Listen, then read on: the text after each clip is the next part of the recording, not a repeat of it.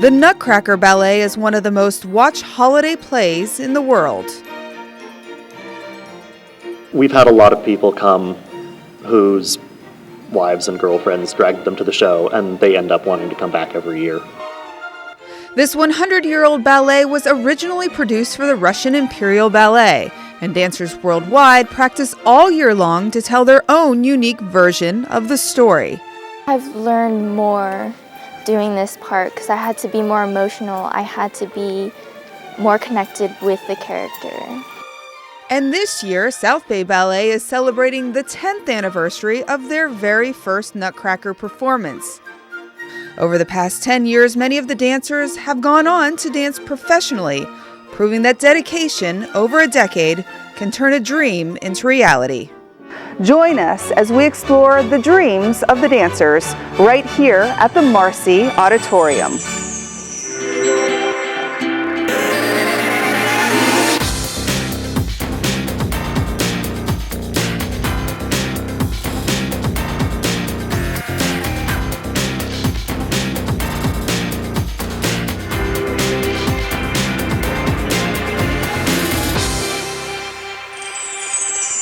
This is the 10th anniversary of South Bay Ballet's original Nutcracker. Today we're taking a look at the wonders of this popular two-act ballet through the eyes of the performing artists. Dreaming big is what ballet dancers do every day at South Bay Ballet. Each dancer spends endless hours practicing their character and technique. Although there are performances all year long, today we see these dancers as they present the Nutcracker, where they're surrounded by their second family and the people who understand what it takes to enter the stage under the spotlight.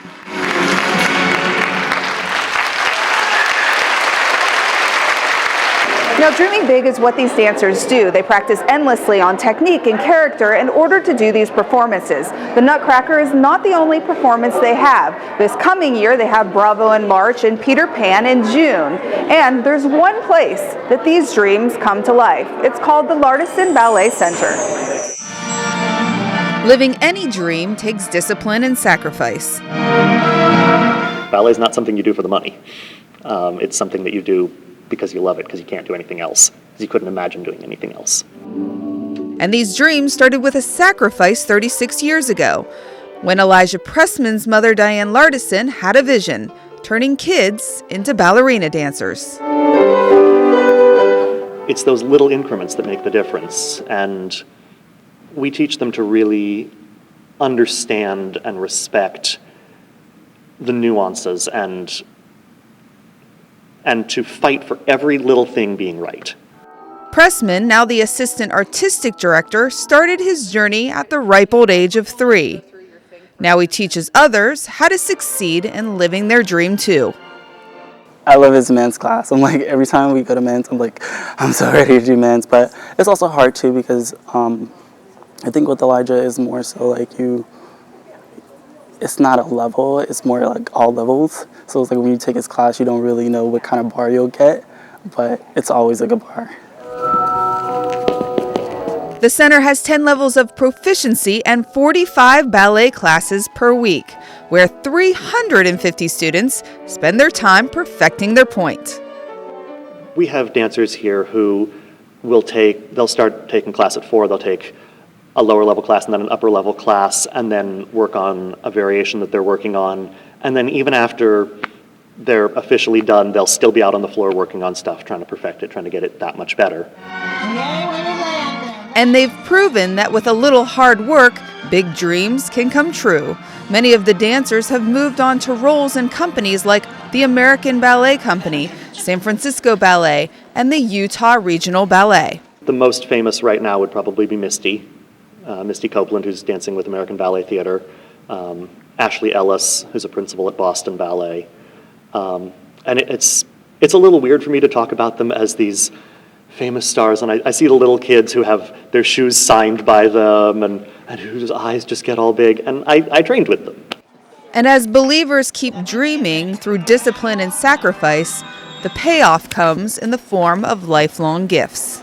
I'm about to audition in a couple of weeks, in January 25th, so if that works out, probably like in a couple of weeks. But if it doesn't, probably like a year, yeah. South Bay Ballet's Nutcracker has 119 dancers and 238 costumes. That's hundreds of volunteers and thousands of hours. Up after the break, we're going to meet some of these very special people in the spotlight. Hi, I'm Kelly O'Hara, here to support my good friend and consummate musician, Stephen Blyer, and the countless others who suffer from FSHD muscular dystrophy. FSHD, the most common form of muscular dystrophy, is a lifelong progressive loss of all skeletal muscles. I have FSHD and I hope we find a cure soon. Give with your whole heart so they can find a cure real soon.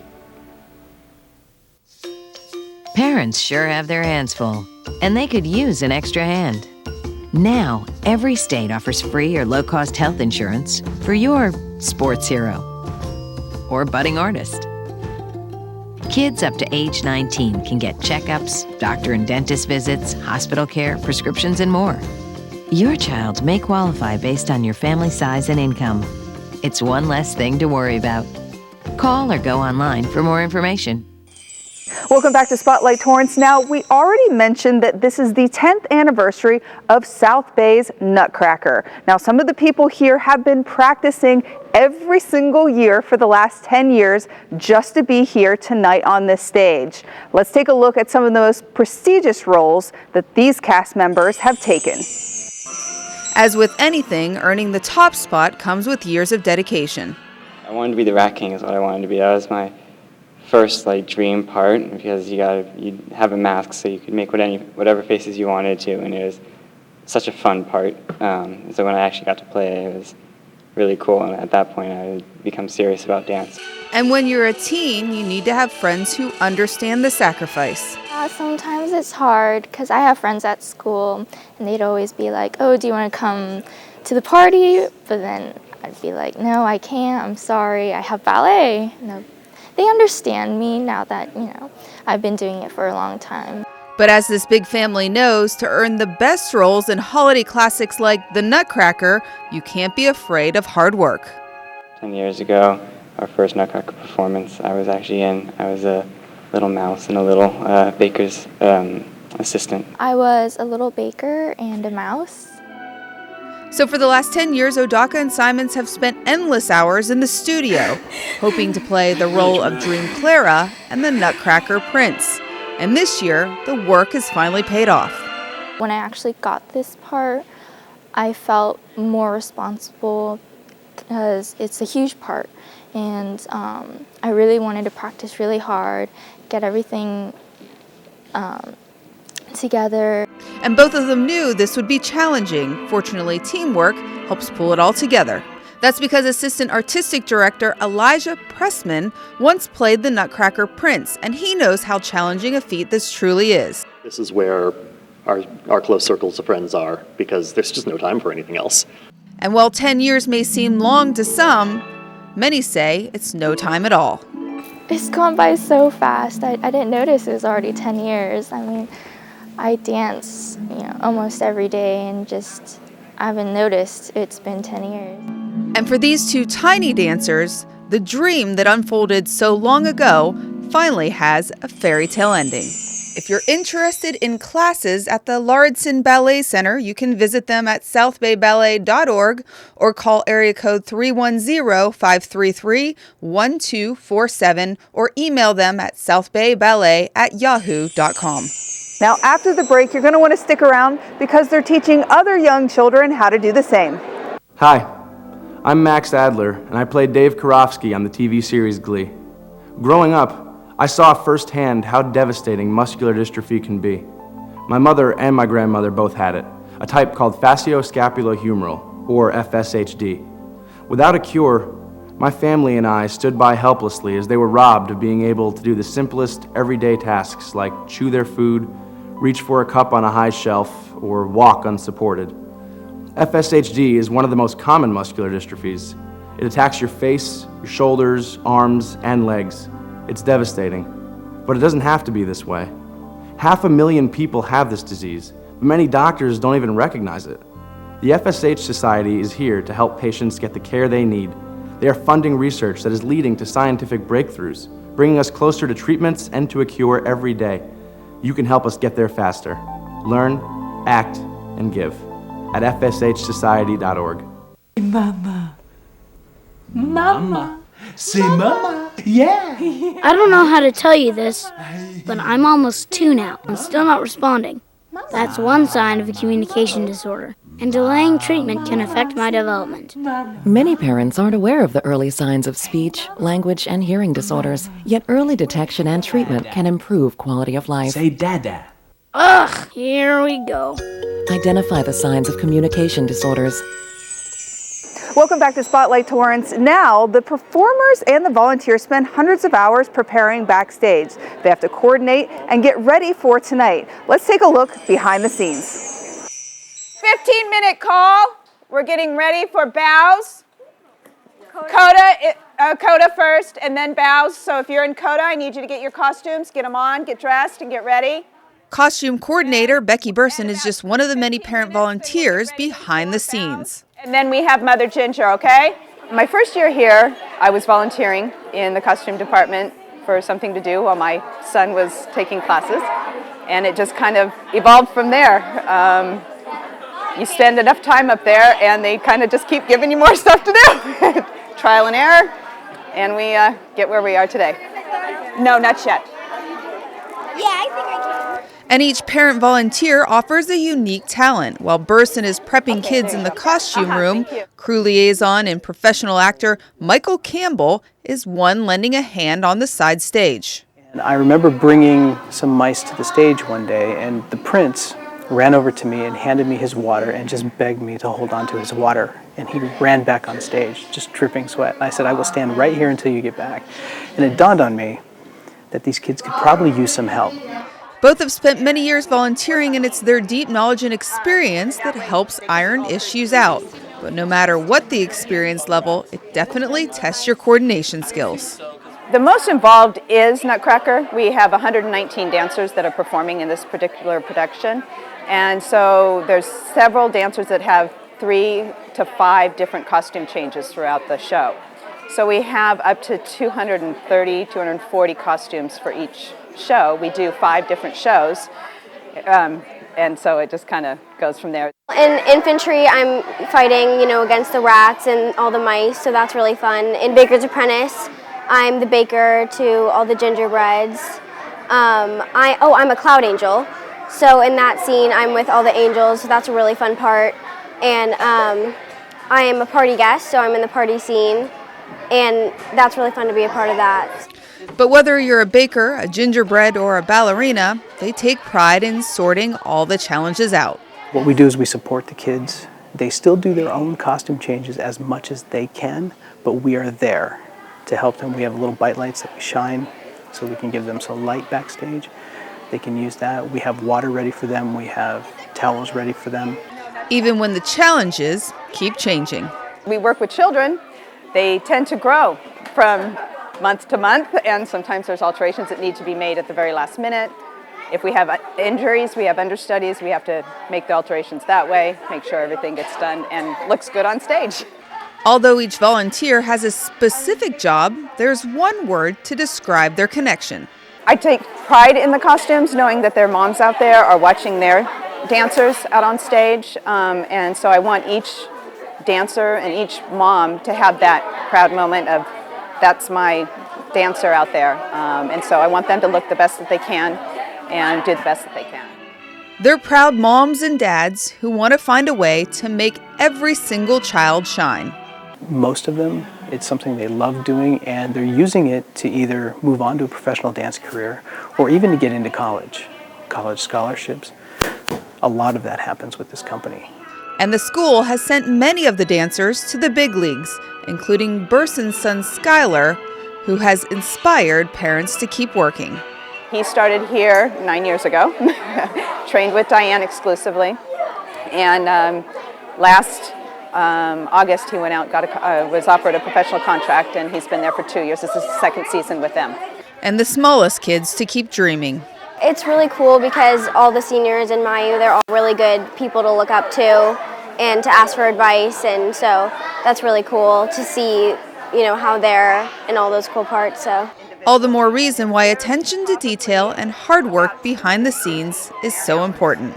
To see these kids grow up and move on to their professional companies or even college scholarships, you know, it really makes us want to help them. They work hard. They work really, really hard, and I'm proud to be a part of all of it. If you'd like to join South Bay Ballet at one of their upcoming performances, you can see Bravo on March 8th at 7 p.m. and March 9th at 2 p.m., or you can go to Peter Pan on June 7th at 2 and 6 p.m. and June 8th at 2 and 5 p.m. Remember, this one will be at the James Armstrong Theater, and you can book tickets by calling area code 310-781-7171. Here we are, 2013. We all depend on technology to communicate, to bank, and none of us know how to read and write code. The first program I wrote asked things like, what's your favorite color? Or how old are you? I wrote a program to play tic-tac-toe. I first learned how to make a green circle and a red square appear on the screen. You're just trying to make something, trying to transfer something from your mind to the computer or to a tablet. It's an experience. The whole limit in the system is just that there just aren't enough people who are trained and have these skills today. The programmers of tomorrow are the wizards of the future. You know, you're going to look like you have magic powers compared to everybody else. Great coders are today's rock stars. That's it.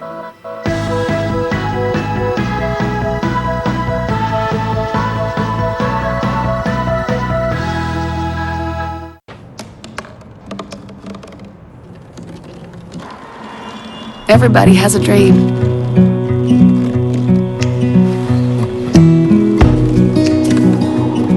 Mine was to see the ocean. And with a little help, I made it.